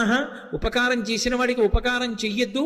నేను సముద్రంలో దాక్కున్నాను, దాక్కోవడానికి నాకు అవకాశం ఇచ్చి సముద్రుడు ఉపకారం చేశాడు. అంతేకాదు, నీ తండ్రి నాకు ఉపకారం చేశాడు. ఒకానొకప్పుడు పర్వతాలకన్నిటికీ కృతయుగంలో రెక్కలుండేవి. పర్వతములు ఎగిరి వెళ్ళి ఎక్కడ కావాలంటే అక్కడ దిగేవి. అలా దిగుతున్నప్పుడు గ్రామాలకి గ్రామాలు మునివాటికలు నశించిపోతుండేవి. అందరూ హాహాకారాలు చేస్తే దేవేంద్రుడు తన వజ్రాయుధంతో పర్వతాలకు ఉండేటటువంటి రెక్కలు తరిగేశాడు. అలా తరిగేస్తున్నప్పుడు నా రెక్కలు కూడా తరిగేస్తాడని నేను భయపడి భయంతో రెక్కలు ఉన్నా ఎగరలేక ఉండిపోయాను. అప్పుడు నీ తండ్రి వాయుదేవుడు చూశాడు. మిత్రత్వాన్ని పాటించి అయ్యో రెక్కలున్నా ఎగరలేకపోతున్నాడని నన్ను ఎత్తి ఇంద్రుడికి కనపడకుండా తీసుకొచ్చి సముద్రంలో పడేశాడు. నేను వెళ్ళి రాక్షసుడు పైకొచ్చేటటువంటి బిలమార్గానికి అడ్డుగా పడ్డాను. ఇంద్రుడు ఓరకంట చూసి పోనీలే భయంతో కదలడు కాబట్టి బిలమార్గం మూసుకుంది, రాక్షసులు పైకి రారు, ఉభయత్రా ఉపకారం జరుగుతుందని ఊరుకున్నాడు. రెక్కలున్నా కదలలేక ఆనాటి నుంచి ఈనాటి వరకు సముద్రంలో పడున్నాను. నీ తండ్రి వాయుదేవుడు నాకు ఉపకారం చేశాడు. ఆ తండ్రికి కొడుకువి నువ్వు, ఆత్మావై పుత్రనామాసి. ఆయనకి ఉపకారం చేస్తే ఎంతో, ఆయన కొడుక్కి ఉపకారం చేస్తే అంతే. అందుకని నువ్వు వెడుతున్నప్పుడు నీకు నేను ఉపకారం చెయ్యొద్దు. అతిథి కిల పూజార్హ ప్రకృతోపి విజానత. అసలు ఒక అతిథి లభించడమే చాలా కష్టం జీవితంలో. అటువంటిది మహాప్రాజ్ఞుడు, నవవ్యాకరణ పండితుడు, స్వార్థం లేనివాడు, రామచంద్రమూర్తి యందు అపారమైన భక్తి కలిగినటువంటి నీ వంటి మహాపురుషుడు అతిథిగా లభించడం అంటే నేను పొందిన అదృష్టం. నిపత్యం అమశృంగేషు విశ్రమస్వ యథాసుఖం. ఒక్కసారి నా పర్వత శిఖరముల మీద దిగవయా, కాసేపు విశ్రాంతి తీసుకో, ఇంత తేనె తాగు, కాసిని కందమూలాలు తిను, కించిత్ విశ్రమించు, మళ్ళీ బయలుదేరి వెళ్ళిపో అన్నారు. విన్నారు హనుమ. ఒక్కసారి నవ్వి ప్రీతోస్మి కృతమాతిథ్యం మన్యురేషోపనీయతాం త్వరతే కార్యకాలో మే అహశ్చాప్యతివర్తతే ప్రతిజ్ఞాతమయా దత్తానస్తాతం వ్యభిహాంతరే అంటారు. ప్రీతోస్మి కృతమాతిథ్యం, చాలా సంతోషం, మీరు నాకు ఆతిథ్యం ఇచ్చినట్టే, మీరు నాకు అన్నీ పెట్టినట్టే. కానీ అన్యురేషోపనీయతాం, మన్యువు పెట్టుకోకండి, అంటే కోపం పెట్టుకోకండి మనసులో. మీరు అన్న మాట నేను పాటించలేదని ఏమనుకోకండి. నేను ప్రతిజ్ఞ చేశాను, రామకార్యం మీద ఎక్కడా ఆగను. రామచంద్రమూర్తి విడిచిపెట్టిన బాణం ఎలా వెడుతుందో అలా వెడతానన్నాను. అలా వెడతానన్నవాడిని అలా వెళ్లకుండా మధ్యలో దిగి విశ్రాంతి తీసుకుని వెడితే రామబాణంలా వెళ్ళినట్టు ఎలా అవుతుంది? ఇది హనుమ యొక్క ప్రజ్ఞ. అంతటి ప్రాజ్ఞుడైన, అంత శక్తివంతుడైన కేవలం నా ప్రయత్నం చేత సాధిస్తాననరు. రామచంద్రమూర్తి యొక్క సహాయం కావాలి. యథా రాఘవ నిర్ముక్త శరశ్వసన విక్రమ, రాముడు వదిలిన బాణంలా వెడతాను. రామానుగ్రహం ఉండాలి. ఎవడైనా జీవితంలో వృద్ధిలోకి రావాలనుకున్నవాడు తాను చెయ్యవలసిన పని తాను చేస్తూ, తన ప్రయత్నం తాను చేస్తూ, ప్రయత్నానికి పక్కన భగవంతుని యొక్క అండదండలు కూడా కలగాలని కోరుకోవాలి. భగవంతుని యొక్క ఏ అనుగ్రహం లేకుండా కేవలం తన ప్రయత్నం వలన సాధిస్తాననుకోవడం మూర్ఖత్వం. ఎప్పుడూ అలా సాధించలేడు. ఈశ్వరుని యొక్క అనుగ్రహం తోడు కావాలి. అందుకే నేను కాదు, రాముడు విడిచిన బాణంలా వెడతాను, రామానుగ్రహం నా యందు నిలబడాలన్నారు. అందుకే మహానుభావుడు నేను రామబాణంలా వెడతానని ప్రతిజ్ఞ చేసి మధ్యలో ఆగలేను. అవతల వేళ దాటిపోతోంది, తొందరగా వెళ్ళాలి. ఏమనుకోకండి, ఎంత మర్యాదగా మాట్లాడతారో. ఒక్కసారి ముట్టుకున్నారు. ప్రీతోస్వీకృతమాతిథ్యం, మీరు నాకు ఆతిథ్యం ఇచ్చినట్టే. ఒక్కసారి ఇలా చెయ్యి వేశారు, ముందుకి దాటి వెళ్ళిపోయారు. సమస్త భూతములు ఆశ్చర్యపోయే, ఏమి ప్రజ్ఞావంతుడు! ఉపాసకుడు ముందు దైవాన్ని ఉపాసన చేయడం మొదలు పెట్టగానే ముందొచ్చేటటువంటి ప్రతిబంధకం ఏమిటంటే నమస్కారం. వద్దు మహాప్రభో అన్నా సరే వచ్చి కాళ్ళ మీద పడిపోతారు. ఎక్కడ కనబడితే అక్కడ నమస్కారాలు చేస్తారు. ఇవన్నీ బానే ఉన్నాయి, నా అంతవాడు ఎవడుంటాడని లోకంలో అనుకున్నాడో సతికిల పడి జారిపోతాడు. కాదు కాదు, ఇవన్నీ నమస్కారాలు ఈశ్వరుడికి చెందుతాయి. నేనంతటి వాడిని నిమిత్త మాత్రం అనుకున్నవాడు ఎవరున్నాడో వాడు వృద్ధిలోకి వస్తాడు. అందుకే మైనాకుడంతటి వాడు బంగారు శిఖరములతో పైకొచ్చిన ముట్టుకుని మర్యాదగా వెళ్ళిపోయారు తప్ప అక్కడ దిగలేదు, నిలబడలేదు. ముందుకెళ్ళిపోయారు. చూశారు, మహర్షులు చూశారు, గంధర్వులు చూశారు, కిన్నెర కింపురుషులు చూశారు, సిద్ధులు చూశారు, సాధ్యులు చూశారు. గబగబా నాగమాత సురస దగ్గరికి వెళ్ళారు. వెళ్ళి ఆవిడితో అన్నారు, అమ్మా అమ్మా ఆశ్చర్యం, అయం వాతాత్మజ శ్రీమాన్ ప్లవతే సాగరోపరి హనుమాన్ నామ తస్యత్వం ముహూర్తం విఘ్నమాచర. అమ్మా ఆశ్చర్యం చూశావా? స్వామి హనుమ సముద్రాన్ని లంఘించి వెళ్ళిపోతున్నారమ్మా. నువ్వు నాగమాతవి, సురసవి. ఏది ఒక్కసారి రాక్షస రూపాన్ని పొంది విఘ్నాన్ని కల్పించు. ఆయన ఏ పాటి నిలదొక్కుంటారో చూద్దాం. అమ్మా వెళ్ళిపోతున్నారమ్మా, తొందరగా విఘ్నం కల్పించు అన్నారు. అడగచ్చా మాట అంటే ఇందులో ఒక విశేషం ఉంది. అసలు ఆ పేరే ఎంత గొప్ప పేరో, సురస. 3 అక్షరాలు కాబట్టి బేసి సంఖ్య. ఆడపిల్ల పుట్టినప్పుడు పెట్టడానికి యోగ్యమైన పేరు, పైగా అది నాగుల యొక్క తల్లి, అన్నిటిని మించి దక్ష ప్రజాపతి యొక్క కూతురు, అందుకని దాక్షాయణి అన్న పేరు అన్వయం అవుతుంది. ఆవిడ సామాన్యురాలు కాదు, అంత గొప్ప తల్లి. అందుకే సురస అని పేరు పెట్టారు. ఒక రకమైనటువంటి ఓషధికి ఈ పేరుకి అన్వయం అయ్యేటటువంటి పేరుతో పిలవడం అనేటటువంటిది లోకంలో సంప్రదాయంగా ఉంది. నాగసుగంధి అని. సురస 3 అక్షరాలు. అసలు ఆ పేరు పిలవడమే ఎంత అందంగా ఉంటుందో చూడండి. మంచి రసము, సురస. సురస ఎవరు? నాగమాత ఎవరు? ఎందుకు వచ్చింది? అసలు ఆవిడ్ని ఎందుకు తీసుకొచ్చారు దేవతలు? ఆవిడ్ని ఎందుకు తీసుకొచ్చారు సిద్ధులు, సాధ్యులు, యక్షులు, గంధర్వులు, కిన్నెరుడు, కింపురుషులు? అంటే ఈ సురస ఎవరో కాదు, కశ్యప ప్రజాపతి భార్యలలో ఒకటి అయినటువంటి కద్రువ. మీరు పూర్వం మహాభారతంలో ఆదిపర్వంలో ప్రారంభం కథ అదే. వినతా కద్రువుల కథ విని ఉంటారు. కద్రువ వినత యందు అసూయ చెందింది. అసూయ చెంది వినతతో దాస్యం చేయించుకోవడమని ఇంద్రుడి యొక్క ఉచ్చైశ్రవం అనేటటువంటి తోకకి పాము చుట్టుకునేటట్టుగా చేసింది. పాములన్నీ ఆమె పిల్లలు, అందుకే ఆమె నాగమాత. రామాయణంలో నాగమాత సురస అంటారు. ఆ కద్రువ గరుత్మంతుణ్ణి పరీక్షించింది. వినతకి కుమారుడుగా గరుత్మంతుడు వచ్చాడు, అందుకే వైనతేయుడు. ఆయన తల్లి యొక్క శాపాన్ని పోగొట్టాడు, అమృతాన్ని తీసుకొచ్చాడు. పైకి వెళ్ళి యథేచ్ఛగా, ఆయన్ని ఎవ్వరూ అడ్డుకోలేకపోయారు. దేవలోకానికి వెళ్ళి అమృతాన్ని తీసుకొచ్చినవాడు గరుత్మంతుడు. పుట్టగానే పైకి ఎగిరినవాడు గరుత్మంతుడు. పుట్టి అమ్మకి పేరు తెచ్చినవాడు గరుత్మంతుడు. ఆయన యొక్క తేజస్సు అప్రతిహతం. ఆయన వెడుతుంటే ఆయన యొక్క రెక్కల అల్లార్పుకి, ఆ కాంతికి సమస్త లోకాలు స్తంభీభూతములైపోతాయి. అలా వెడతాడు ఆయన, అలా వెడతారు హనుమ. పుట్టగానే పైకి ఎగిరిన వారు హనుమ. గరుత్మంతుడు ఎలా అమృత భాండానికి ఎలా వెళ్ళాడో అలా వెడుతున్నారు సీతాదర్శనానికి హనుమ. అక్కడ దేవతల్ని ఓడించాడు గరుత్మంతుడు, ఇక్కడ రాక్షసుల్ని ఓడించాలి హనుమ. గరుత్మంతుడు శ్రీ మహావిష్ణువుకి వాహనం, హనుమ విష్ణుస్వరూపమైన రామచంద్రమూర్తికి వాహనం. గరుత్మంతుడు ఒక్క విష్ణువుని వహిస్తాడు, కానీ హనుమ కిమీష భగవాన్ నంది భవే సాక్షాత్ దిహాగత ఏన శక్తోస్మి కైలాసే మయా సంచలితే పురా అన్నాడు సుందరకాండలో రావణాసురుడు ఒక చోట.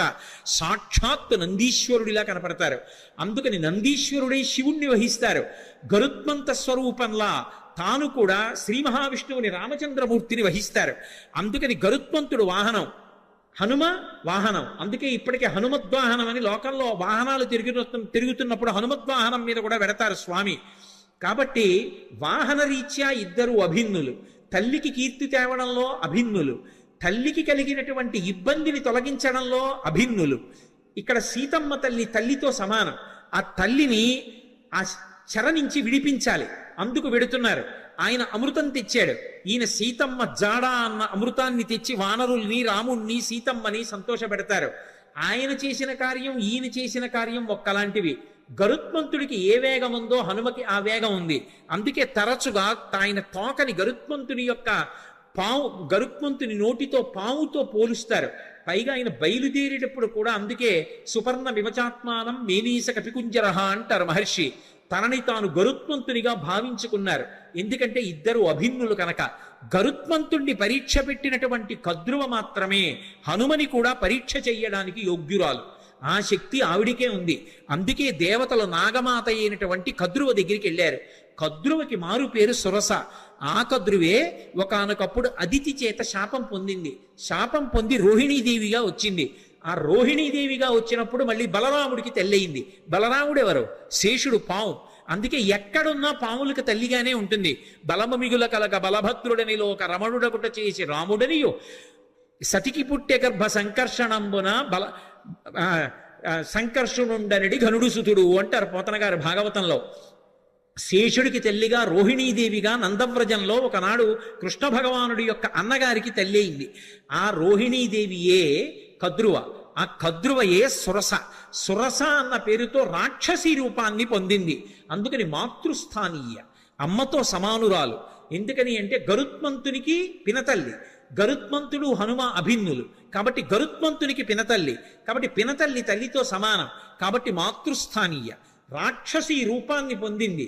పక్కనున్నటువంటి వినతని బాధపెట్టింది, వైనతేయుల్ని బాధపెట్టింది, తన పిల్లల్ని మొయ్యమంది పావుల్ని, గరుత్మంతుణ్ణి.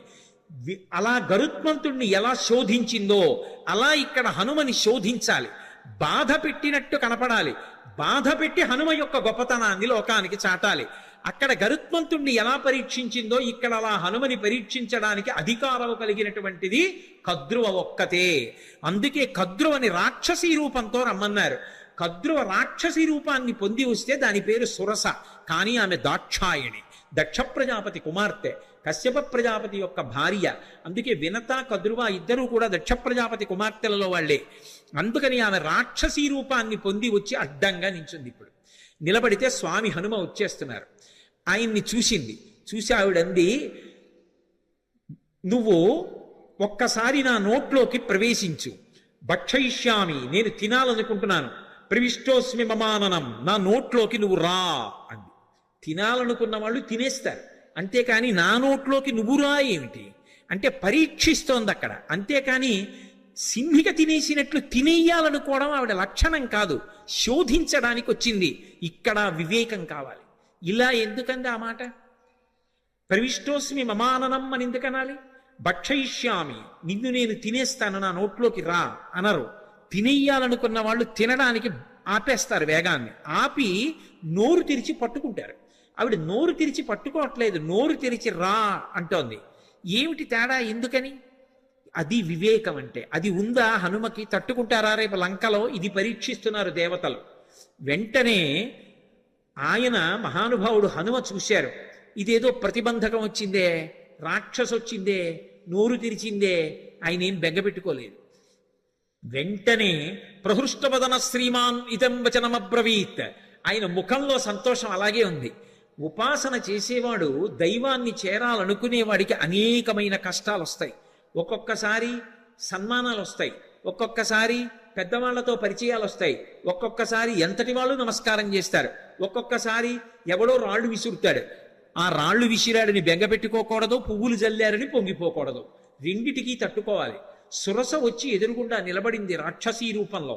ఆయన బెంగపెట్టుకోలేదని చెప్పడానికి మహర్షి అద్భుత ప్రయోగం చేస్తారు. ప్రహృష్టవదన శ్రీమాన్ ఇదం వచనమబ్రవీత్. పరమ సంతోషంతో ఆవిడ వంక చూశారు.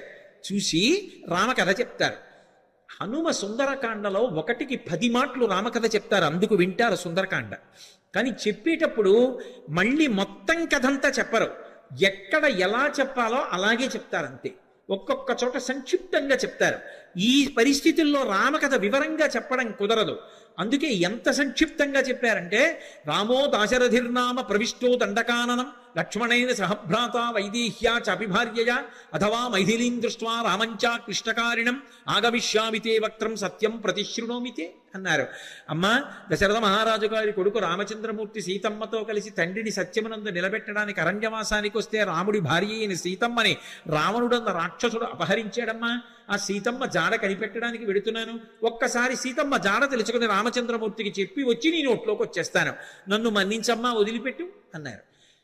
ఆవిడ తినేస్తానంటలేదు, పట్టుకోవట్లేదు. ఆవిడంది కుదరదు, ఇది దేవతల వరం, అంటే నిన్ను పరీక్షించాలి, దేవతలు అడిగారు కాబట్టి నువ్వు నా నోట్లోకి వచ్చి వెళ్ళు అంది. నా నోట్లోకి వచ్చాక ఏమో నాకు ఆహారం అయిపోవచ్చు, నువ్వు పరీక్ష తట్టుకోలేకపోవచ్చు, కాబట్టి నా నోట్లోకి వచ్చి వెళ్ళు అంది. ఆయన అన్నారు, అలాగేనా అమ్మా, తప్పదా, అలాగే పెడతాను అన్నారు. పెద్ద శరీరం పెంచారు. ఆ శరీరం పట్టద్దు, ఆవిడ నోరు తెరిచింది. ఇంకొంచెం పెంచారు, ఇంకొంచెం నోరు తెరిచింది. ఆయన అపారమైన వివేకం ఉన్నవాడు, మహానుభావుడు హనుమంటే. సశింక్షిప్యాత్మనక్కాయం బభూవాంగుష్ఠమాత్రక. బొటన వేలంత చిన్నవారు అయిపోయారు అకస్మాత్తుగా. సురస పెద్ద నోరు తెరిచి ఇంకా పెంచుతారనుకుంటోంది. ఆయన బొటన వేలంతా అయిపోయి చటుక్కున లోపలికి వెళ్ళి బయటకు వచ్చేసారు. అమ్మా, ప్రవిష్టోస్మిహితే వక్త్రం దాక్షాయణి నమోస్తుతే గమిష్యే యత్ర వైదేహీ సత్యం జాసీధరస్తవ అన్నారు. అమ్మా, నీ నోట్లోకి వెళ్ళమన్నావు కదా, ప్రవిష్టోస్మిహితే వక్త్రం దాక్షాయణి నమోస్తుతే. కనిపెట్టేశారు మహానుభావుడు, మహావివేకశాలి. అమ్మా, నువ్వు దాక్షాయణివి, దక్ష ప్రజాపతి కుమార్తెవి, కద్రువవి, సొరసగా వచ్చావు, నన్ను పరీక్షిస్తున్నావమ్మా, నీకు నమస్కారం. నన్ను తినడం నీ ఉద్దేశ్యం కాదు, శోధిస్తున్నావంతే. అమ్మా, అనుగ్రహించమ్మా, నన్ను ఆశీర్వదించమ్మా, సత్యం దాసీధరస్తవా, నేను వెళ్ళి ఆ వైదేహి జాడ కనిపెట్టాలమ్మా అన్నారు. పొంగిపోయింది. గరుత్మంతుడిని ఎలా ఆశీర్వదించిందో అలాగే ఆశీర్వదించింది. అర్ధసిద్ధ్యై హరిశ్రేష్ట గచ్చ సౌమ్య యథాసుఖం సమాన ఈశ్వైదేహీం రాఘవేణ మహాత్మన. నాయనా నీకు అభయం ఇస్తున్నాను, వెళ్ళు. సంతోషంగా బయలుదేరి వెళ్ళి సీతమ్మ జాడ కనిపెట్టి సీతారాముల్ని కలిపినవాడు హనుమా అనేటటువంటి అద్భుతమైన కీర్తిని పొందు అంది. సుందరకాండకున్న గొప్పతనం ఏమిటో తెలుసా? అక్కడ మైనాకుడు పైకొచ్చాడు. ఆయన ఏమి హనుమ ఆతిథ్యం పుచ్చుకోలేదు. పుచ్చుకోకుండా ఇలా ముట్టుకుని వెళ్ళిపోయారు. వెళ్ళిపోగానే పైకి తేలి ఉన్నాడు కదూ ఇంద్రుడు వచ్చాడు. ఇంద్రుడు రాగానే తన రెక్కలు తరిగేస్తాడనుకున్నాడు మైనాకుడు. ఆయన అన్నాడు, వచ్చి చూసి, హిరణ్యనాభ శైలేంద్ర పరితిష్టోస్మితే భృజం అభయంతే ప్రయచ్ఛామి తిష్ట సౌమ్య యథాసుఖం అన్నాడు. ఓ మైనాకుడా, నాకు తెలుసు నువ్వు సముద్రంలో ఉన్నావని. ఎప్పుడో అప్పుడు పైకొస్తావు, నీ రెక్కలు తరిగేద్దాం అనుకున్నాను. కానీ రామకార్యం మీద వెడుతున్న హనుమకి ఆతిథ్యం ఇవ్వడానికి నీ రెక్కలు తెగిపోయినా పర్వాలేదని పైకొచ్చావు. ఇవ్వాల నీకు అభయం ఇస్తున్నాను, నీ రెక్కలు తరగను, నువ్వు అలాగే సంతోషంగా కూర్చో, నీ జోలికి రానని వెళ్ళిపోయాడు. మీరు గమనించండి, రామకార్యం మీద వెడుతున్న వాడికి మాట సాయం చేస్తే సంపాతికి కాలిపోయిన రెక్కలు వచ్చాయి. రామకార్యం మీద వెడుతున్న వాడికి గుక్కెడు మంచినీళ్లు ఇవ్వలేదు, తాగలేదు. తాగమని అడిగినందుకు గాను ఉత్తర క్షణంలో ఉన్న రెక్కలు నిలబడ్డాయి భద్రంగా. రామ కథకి సుందరకాండకి ఉండేటటువంటి శక్తిని చెప్పకుండా చెప్తారు మహర్షి. ఇక్కడికి వచ్చేటప్పటికి సురసని దాటి ముందుకెళ్ళిపోతున్నారు. సురస అంటే ఎవరో కాదు, సంసారమే సురస. సంసారాన్ని దాటడం కాదు సుందరకాండ తత్వంగా చెప్పినప్పుడు. సంసారంలోకి ప్రవేశించనంటే కుదరదు. సంసారంలో ప్రవేశించకుండా నేను ఏదో అలా ఉండిపోతానండి అంటే అకస్మాత్తుగా కామము ధర్మమును విడిచి కాటు వేసిందా జారి కింద పడిపోతాడు. కామమునకు అర్థమునకు ధర్మం ఇచ్చి ధర్మము చేత కట్టు వెయ్యాలి. కట్టు వేసి సంసారమునందుండి సంసారమునకు అంటుకోకుండా సంసారాన్ని పరిశీలించి సంసారమునకు నమస్కరించి సంసారము యొక్క అనుగ్రహంతో వైరాగ్యాన్ని పొంది కొబ్బరి పెంకు కట్టుకున్న కొబ్బరి కురిడి అయిపోయిన తర్వాత విడిపోయినట్టు సంసారము నుండి విడివడాలి. అలా విడివడేటటువంటి ప్రజ్ఞ ఏది ఉందో అది సంసారములోకి వెళ్ళి పైకి రావడం, ఆ ప్రజ్ఞని ఆవిష్కరించడం, సురస నోట్లోకి వెళ్ళి పైకి రావడం. కాబట్టి మహానుభావుడు మనకి మార్గాన్ని నేర్పి, ఇది కదా సుందరకాండని పేరు పెట్టడానికి మహర్షి ఎంచుకున్నటువంటి అన్వయ క్రమం. లోపలికి వెళ్ళి పైకొచ్చారు, సురస ఆశీర్వచనం పొందారు, మరికొంచెం ముందుకెళ్ళారు. వెళ్ళేటప్పటికీ అకస్మాత్తుగా ఆయన యొక్క గమనం కుంటుపడిపోయింది. ముందుకు వెళ్ళలేకపోతున్నాను, నన్ను ఏదో మహాభూతం ఆపేసింది, నా గమనం కుంటుపడిపోయింది, నా శక్తి క్షీణించిపోయింది, ఎందువలన అని చూశారు. చూసేటప్పటికీ వక్త్రం ప్రసారయామాస పాతాళాంతర సన్నిభౌ, ఒక పెద్ద ప్రాణి ఒకటి నీళ్లల్లో పడుకుని ఉంది. అది దానికి ఒక లక్షణం ఉంది. ప్లవమానంతు తం దృష్ట్వా సింహికా నామరక్షసి మనసా చింతయామాస ప్రవృద్ధా కామరూపిణి. ఇది మీరు జాగ్రత్తగా గమనించాలి. కిష్కింధకాండలో దక్షిణ దిక్కు కెడుతున్నప్పుడు వానరులందరినీ పిలిచాడు సుగ్రీవుడు. ఆయన్ని వాలి వెంట తరిమినప్పుడు భూమండలం అంతా తిరిగాడు. అందుకని ఆయనకి తెలిసి ఎక్కడే ఉందో. అన్ని దిక్కులకి వెళ్ళిన వాళ్ళకి చెప్పాడు. తూర్పు దిక్కు కెడితే ఏముంటుందో చెప్పాడు, ఉత్తరాన్ని చెప్పాడు, పశ్చిమం చెప్పాడు, దక్షిణం చెప్తూ మిగిలిన దిక్కులలో సముద్ర గర్భంలో రాక్షసులు ఉంటారు పురుషస్వరూపంతో. దక్షిణ దిక్కున ఉండేటటువంటి సముద్రంలో రాక్షసి ఉంటుంది, స్త్రీ. ఆమె పేరు అంగారిక అని చెప్పాడు. అంగారిక అన్న మాటకు అర్థం ఏమిటో తెలుసా? అంగములను శోషింపచేయగలిగినటువంటి విద్యుత్ సంబంధమైనటువంటి అగ్నిస్వరూపం. అందుకే సింహస్వరూపంగా ఉంటుంది. సింహిక స్త్రీవాచకం. అది పడుకునుంది, దానికి ఒక శక్తి ఉంది.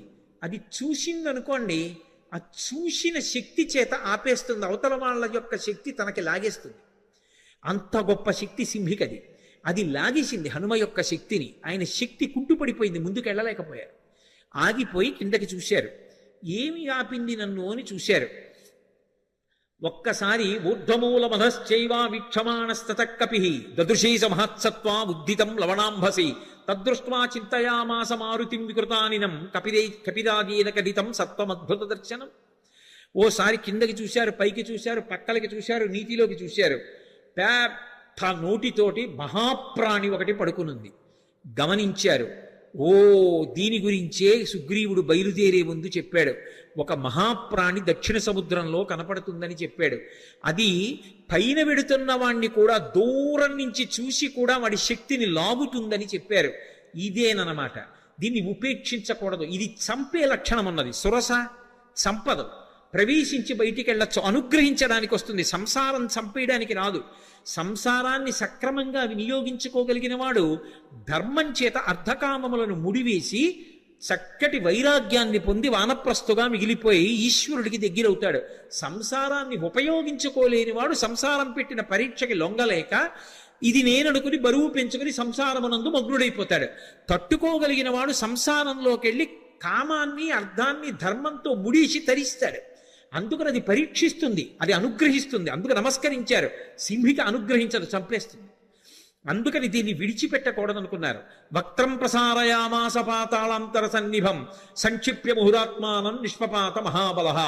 ఒక్కసారి శరీరం పెంచారు, మళ్ళీ సురస పెంచినట్టే సింహిక కూడా పెద్ద నోరు తెరిచింది. చూశారు, ఒక్కసారి మళ్ళీ చిన్న రూపాన్ని పొంది లోపలికి వెళ్ళిపోయారు. సమస్త భూతములు భయపడ్డాయి, అమ్మోని మింగేస్తుందని. వెళ్ళిపోయి సింహకి యొక్క మర్మావయవములు ఎక్కడ ఉన్నాయో చూశారు. మర్మస్థానములు, ప్రాణములు దేని మీద ఆధారపడి ఉంటాయో వాటిని మర్మస్థానములు అంటారు. అటువంటి మర్మస్థానములను చూశారు. ఆ గుండె, ఊపిరితిత్తులు అటువంటి వాటిని తుంచేశారు. తుంచేసి చటుక్కన పైకొచ్చారు. ఆ ప్రాణి నీటి మీద తేలిపోయి మరణించింది.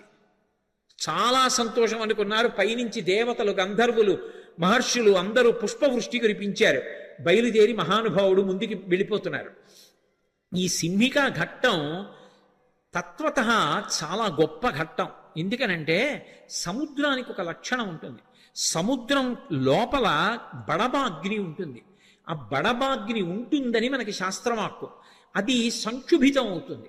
సముద్రం లోపల విశేషమైన కదలికలు వచ్చాయనుకోండి, ఆ కదలికలకి ఏం చేస్తుందంటే అది ఒక మహాశక్తిని ఆవిర్భవింపచేస్తుంది. ఆ మహాశక్తి మెల్లమెల్లగా సముద్రంలో ఏర్పడి విస్తరిస్తుంది. విస్తరిస్తూ అది ప్రచండ వేగంతో బయటికి వస్తుంది. వచ్చినప్పుడు అది బడబాగ్ని రూపంలో, విద్యుతాగ్ని అంటారు, ఆ విద్యుతాగ్ని రూపంలో బయటికి వస్తోంది అనుకోండి. వస్తున్నప్పుడు అది అవతల వాళ్ళని లాగేస్తుంది తన శక్తి చేత. మీకు నేను ఒక్క ఉదాహరణ చెప్తే పట్టుకుంటారు. ఆకాశంలోంచి పిడుగు పడుతోంది అనుకోండి. పిడుగు పడుతున్నప్పుడు టీవీ చూస్తున్నారు అనుకోండి, అది మన ఇంటికి చాలా దగ్గరగా పడితే యాంటెన్నా లాక్కుంటుంది. యాంటెన్నా లాక్కుంటే టీవీలోకి వస్తుంది. టీవీలోంచి ఆ బడబాగ్ని, ఆ విద్యుత్ యొక్క శక్తి ఒక్కసారి ముందుకొచ్చి ఆ ఎదురుగుండా కుర్చీలో కూర్చుని చూస్తున్నటువంటి వాడి యొక్క తేజస్సుని, ప్రాణాన్ని లాగేస్తుంది.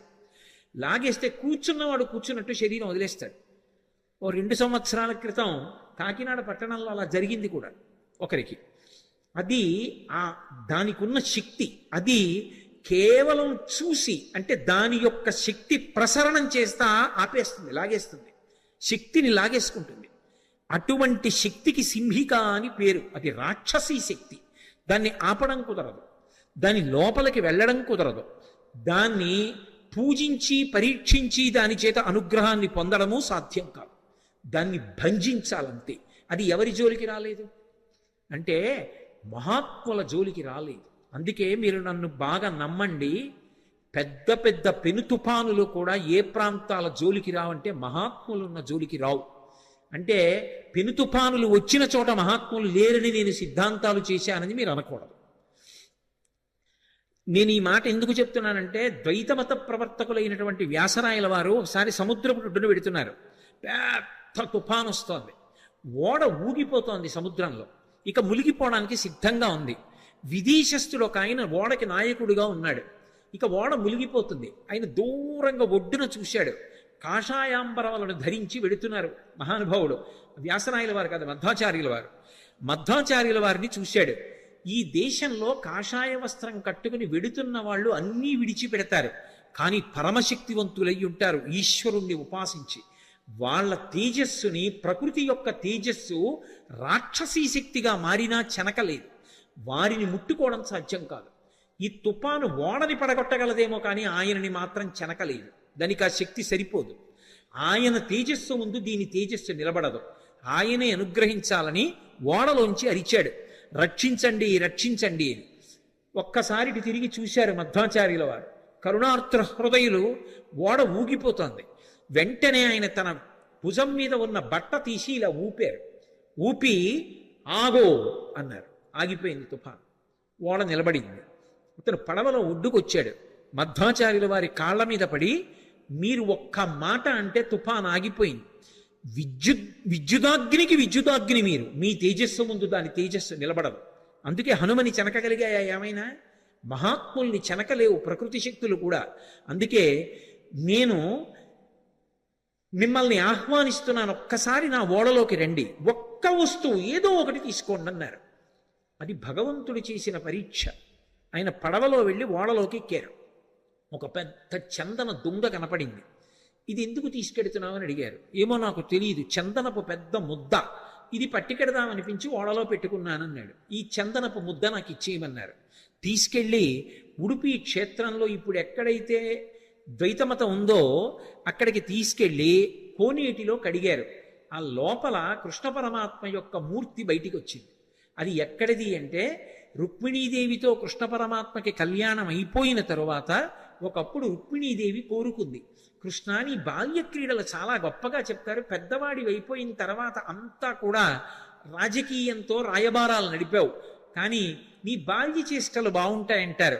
ఏది నాకు ఆ బాలకృష్ణుడిగా కనపడమంది.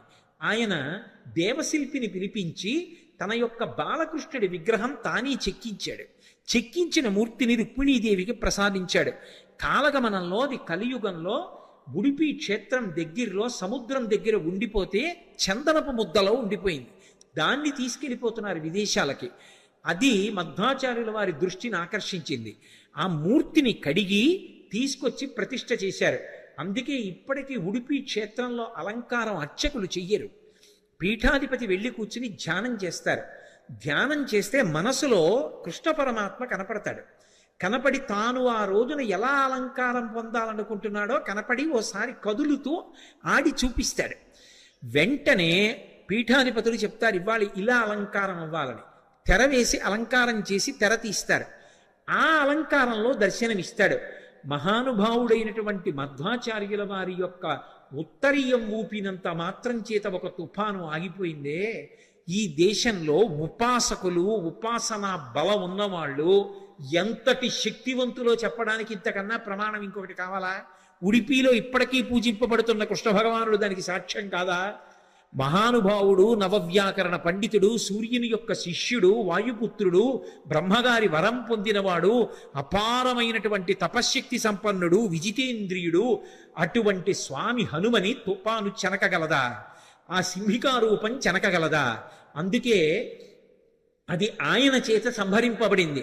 సంహరించే వాటిని, ప్రమాదములు తెచ్చే వాటిని కూడా నిలబెట్టగలిగిన ప్రజ్ఞ కలిగినటువంటి మహాపురుషులు ఈ దేశంలో ఉన్నారనడానికి రామాయణం ప్రబల సాక్ష్యం. వెంటనే సింహికా సంహారం చేశారు, ముందుకెళ్ళిపోయారు. తతస్సలంబ సగిరే సమృద్ధే విచిత్రకూటే నిపపాతకూటే. లంబ పర్వతము అనబడేటటువంటి పర్వతం, ఆ పర్వతం మీద దిగారు. దాని నిండా సెలయేళ్ళు, అనేకమైనటువంటి చెట్లు. ఒక్కసారి దిగి తన ఒంటి వంక చూసుకున్నారు. ఓహో, రామానుగ్రహం ఉండాలి, కానీ ఇటువంటి నూర్లు ఎన్నైనా దాటుతానన్నారు. మీతో నేను మనవి చేశాను, సుందరకాండ మీద ప్రవచనం చేసేటప్పుడు ఏదో ఒక మంగళప్రదమైనటువంటి ఘట్టం దగ్గరికి వస్తే తప్ప ఆపకూడదు.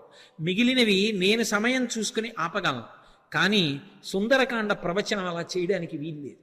సుందరకాండ ప్రవచనం చేస్తే మంగళప్రదమైన ఘట్టం దగ్గర ఆపాలి.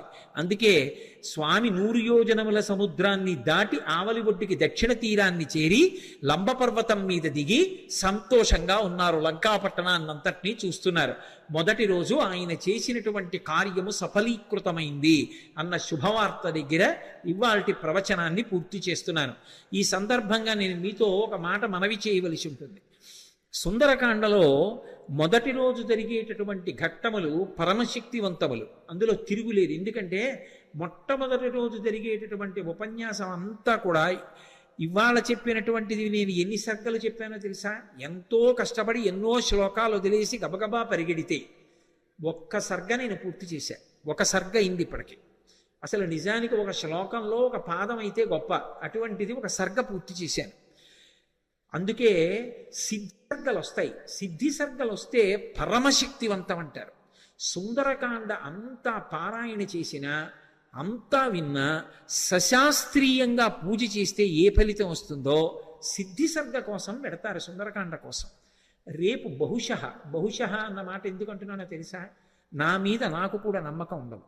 ఎందుకంటే సిద్ధి సర్గ వరకు చేరడం అంటే మాటలు కాదు. రేపటికి సిద్ధి సర్గ పూర్తి అవ్వాలి, లేకపోతే 5 రోజుల్లో పూర్తి చెయ్యాలి. బేసి సంఖ్యలో అవ్వాలి సుందరకాండ. 5వ రోజుకి నేను పూర్తి చేయలేకపోయాను అనుకోండి, నేను ఇంకో 2 రోజులు ఉండాలి. నా తర్వాత కార్యక్రమాలన్నీ రద్దు చేసేయాలి. చేసేసి 2 రోజులుండి 7వ రోజు పట్టాభిషేకం చెప్పాలి. అందుకని 5వ రోజుకి నేను పట్టాభిషేకం చేరాలి. అంటే రేపటికి సిద్ధి సర్గ చేరాలి. సిద్ధి సర్గ అంటే హనుమ సీతమ్మని దర్శనం చెయ్యాలి. ఆ హనుమ సీతమ్మని దర్శించిన, సీతమ్మ హనుమని చూసిన 2 సిద్ధి సర్గలే రామాయణంలో. పరమశక్తివంతమైనటువంటి సర్గలుగా చెప్తారు. ఇక్కడి నుంచి వచ్చే ఘట్టాలు అపారమైనటువంటి శక్తివంతాలు. అందుకే కొన్ని చెప్పేటప్పుడు ఏం చేస్తారంటే ప్రవచనాన్ని కూడా ఒకసారి ఆపుతాం. ఆపి 10 మందికి, ఇంతమంది వింటున్నప్పుడు అందరి యొక్క క్షేమం కోసం, ఆ తేజస్సు ప్రవేశించడం కోసం కొబ్బరికాయ కొట్టి నైవేద్యం పెట్టి హారతిచ్చి చూపించి మళ్ళీ కలుపుతారు ప్రవచనాన్ని. రేపటి రోజున బహుశః సిద్ధి సర్గ రావచ్చు. నేను తెలిసి కొన్ని విషయాలు చెప్పకుండా దాచకూడదు. జనం కోసం ప్రవచనాలు చేయడం నా జీవితంలో నాకు అలవాట్లేదు. కానీ అది మంచిదైనప్పుడు చెప్పకుండా నేను ఉండకూడదు. రేపు సిద్ధి సర్గ జరుగుతుంది.